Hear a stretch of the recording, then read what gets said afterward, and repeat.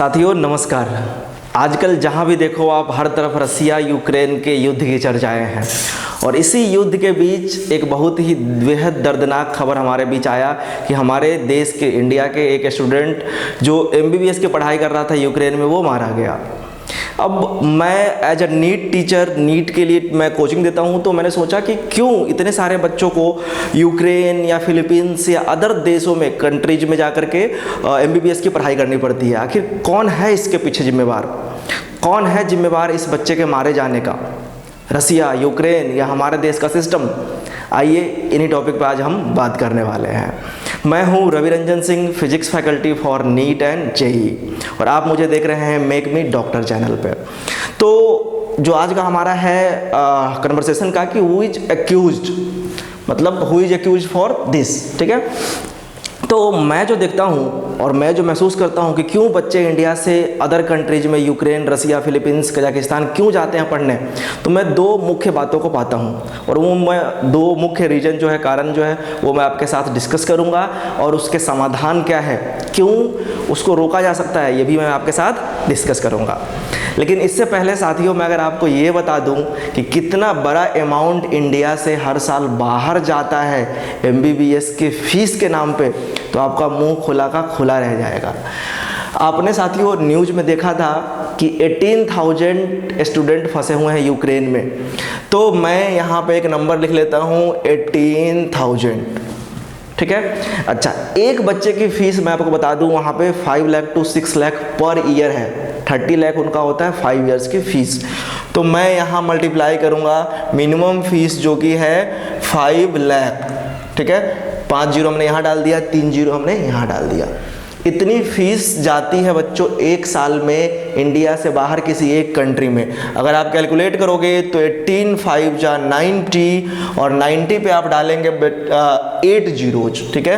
तो 1 2 3 4 5 6 7 8, कितना बड़ा अमाउंट है ये, लगभग 9 अरब आसपास, ठीक है। इतना बड़ा अमाउंट इंडिया से MBBS के फीस के नाम पे सिर्फ एक कंट्री को जाता है। और ऐसे ऐसे कम से कम 10 कंट्री है जहां इंडिया के बच्चे पढ़ने जाते हैं MBBS की पढ़ाई, जैसे रसिया, यूक्रेन, कजाकिस्तान, चाइना। तो इन सारे कंट्रीज में इतने इतने पैसे इंडिया से बाहर जा रहे हैं, सोचने वाली बात है।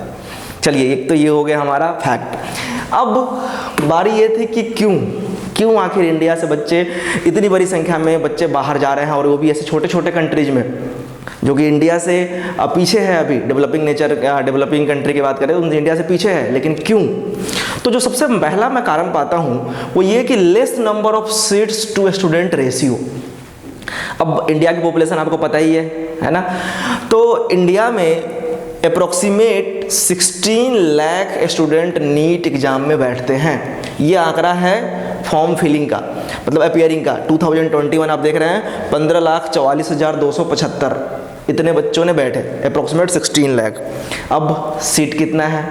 तो आप पाएंगे कि ऑल इंडिया काउंसिलिंग में जनरल कैटेगरी में सिर्फ 15,000 तक मिल पाता है उनको MBBS की सीट। मैं बात करूं तो BA MS वगैरह और पीछे तक आ जाता है। तो 16 लाख में से अगर सिर्फ 16,000 को जनरल कैटेगरी में मिल पाता है MBBS की सीट, देखिए आंकड़ा कितना बड़ा है। 1% 60 लाख और यहाँ 16,000, सिर्फ 1% बच्चे को MBBS की सीट मिल पाती है गवर्नमेंट। अगर मैं प्राइवेट का भी ले लूँ तो भी टोटल 1 लाख के आसपास, 15 लाख 16 लाख बच्चे बैठते हैं। गवर्नमेंट प्राइवेट सब मिला करके BA MS BU MS जितने भी कोर्सेज हैं, सब कोर्सेज मिला करके 1 लाख के आसपास सीट है। तो जब इतना बड़ा सीट का अंतर होगा तो बाकी बच्चे क्या करेंगे? मैं मानता हूँ बहुत सारे बच्चे biotech, B pharma, different courses में चले जाते होंगे, लेकिन एटलीस्ट 2 लाख तो ऐसे स्टूडेंट होंगे ही जो चाहते होंगे कि मैं भी डॉक्टर बनूँ। तो यहाँ पे एक भारी अंतर देखने को मिलता है seat to the student ratio में, काफ़ी बड़ा डिफरेंस है। अब एक तो ये पहला रीजन हो गया जिस पे कि ध्यान देने की ज़रूरत है। सेकंड है हमारा, अगर मैं डिस्ट्रिक्ट वाइज भी देखूँ तो इंडिया में टोटल 748 डिस्ट्रिक्ट है, जिनमें से अप्रॉक्सीमेट 548 डिस्ट्रिक्ट्स में ही गवर्नमेंट मेडिकल कॉलेजेज हैं। तो यहाँ भी आप अगर डिस्ट्रिक्ट वाइज भी देखो तो हर डिस्ट्रिक्ट के पास एक MBBS मेडिकल कॉलेज भी नहीं है। तो ये भी एक रीजन है। सेकंड रीजन जो मुझे दिखता है इंडिया के प्राइवेट कॉलेजेस की अनअफोर्डेबल फीस। आपको जान कर ये आश्चर्य होगा कि इंडिया में प्राइवेट MBBS की फीस 18 लाख टू 13 लाख के बीच वेरी करता है। खास करके मैं दिल्ली NCR ग्रेटर नोएडा में रहता हूँ। यहाँ पे जो कॉलेजेस के दिल्ली के आसपास जो फीस है वो 18 लाख के आसपास चार्ज करते हैं। चलो 13 भी मान के चल ले तो 5 इयर्स का ये कोर्स होता है, लगभग 65 लाख आपको पे करना होगा। और अगर 18 की बात करें तो आपको 90 लाख सिर्फ फीस ही देना पड़ेगा। इसके अलावा फिर other expenses like hostel and personal expenses. तो ये इतना बड़ा अमाउंट है साथियों कि आप जो वीडियो देख रहे हैं इनमें से 90% पेरेंट्स की ये अफोर्डेबिलिटी से बाहर होगा। तो ये 18 लाख या 13 लाख देने के बजाय ये फॉरेन में 5 लाख पर ईयर देना बेहतर समझते हैं। तो ये भी एक मुख्य कारण है आपके इंडिया से बाहर बच्चों के MBBS की पढ़ाई के लिए जाने में। ठीक है, चलिए ये दोनों तो बातें हो गई हमारी में मुख्य कारण और भी हैं। जैसे कुछ लोग इंफ्रा के लिए भी जाते हैं कि चलो वहाँ बेहतर इंफ्रा मिलेगा, बट वो सब टर्शियरी है। प्राइमरी और सेकेंडरी दोनों यही कारण है। क्योंकि आप देखो बीटेक में जब इंडिया में कॉलेजेस की संख्या अच्छी खासी है तो लोग तो नहीं जा रहे हैं ना बीटेक करने, है ना। इंफ्रा की अगर बात बहुत लोग ये कह रहे हैं कि बेटर इंफ्रा के लिए जा रहे हैं, तो इंफ्रा तो फिर तो बीटेक में भी जाने चाहिए थे, है ना। MBBS में क्यों जाते हैं। चलिए, तो ये दो मुख्य कारण हैं। अब आप सोच रहे होंगे कि सर प्रॉब्लम तो बता दिया आपने कि इंडिया में फ़ीस बहुत ज़्यादा है, इंडिया में सीट नहीं है, समाधान बताओ सर, समाधान क्या है इसका, सॉल्यूशन। तो आइए सॉल्यूशन पे भी एक नज़र डालें।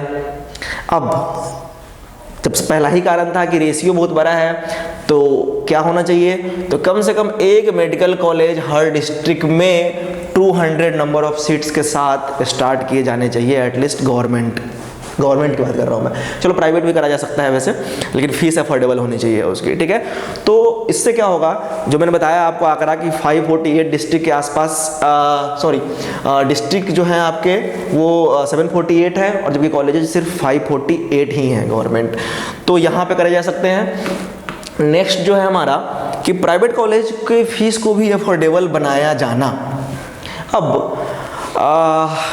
मैं मानता हूं कि कॉलेज की फीस डिफरेंट कारणों से ज़्यादा होती है, जैसे कि फैकल्टीज जो होते हैं वो डॉक्टर होते हैं, उनको काफ़ी अच्छी पे करनी होती है, उनके इंफ्रा कॉस्टली होते हैं, उनके इक्विपमेंट कॉस्टली होते हैं। बट अगर ट्राई किया जाए, अगर गवर्नमेंट और कॉलेज एडमिनिस्ट्रेशन दोनों अगर जॉइंट एफर्ट लगाए तो करा जा सकता है कम। जैसे मैं अगर कोचिंग की बात करूँ तो कोचिंग में क्या होता है कि सपोज हमें एक क्लास में 20 स्टूडेंट्स बैठाने हैं, तो 20 की जगह मैं 25 कर दूँ, 30 कर दूँ, तो उसमें क्या होता है कि फीस थोड़े से कम अफोर्डेबल किया जा सकता है, नंबर ऑफ सीट बढ़ा करके फीस को अफोर्डेबल किया जा सकता है। तो ऐसे बहुत सारे कारण हैं जिसके द्वारा, बहुत सारे तरीके हैं जिसको अपना करके और इसको बेटर किया जा सकता है। ठीक है, तो ये मेनली मैं दो समझता हूँ, एक तो प्राइवेट कॉलेज की फ़ीस को अफोर्डेबल किया जाना चाहिए, और एक एटलीस्ट 1 मेडिकल कॉलेज की स्थापना की जानी चाहिए हर एक डिस्ट्रिक्ट में।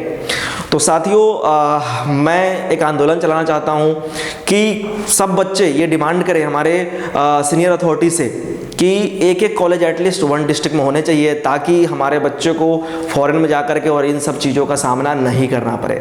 तो इनमें हमारे साथ जुड़ने के लिए आप हमारे चैनल को सब्सक्राइब करिए और अपने हमारे इस वीडियो को ज़्यादा से ज़्यादा लोगों तक पहुँचाएँ। अगर आप एक गार्जियन हैं और फ्यूचर में चाहते हैं कि आपके बच्चे भी नीट की तैयारी करें, MBBS कोर्सेज में जाएँ, या अगर अभी आप 9th 10th 11th 12th के स्टूडेंट हैं, तो भी आप इस वीडियो को ज़्यादा से ज़्यादा शेयर करें, अपने दोस्तों तक पहुँचाएँ, ज़्यादा से ज़्यादा लोगों तक ये बात पहुंचाए, ताकि गवर्नमेंट भी और सीनियर लेवल की अथॉरिटी भी इस पे ध्यान दे और एटलीस्ट हर डिस्ट्रिक्ट में एक एक मेडिकल कॉलेज की स्थापना की जाए बच्चों। इसी उम्मीद के साथ साथियों मिलते हैं अगले वीडियो में। नमस्कार, जय हिंद।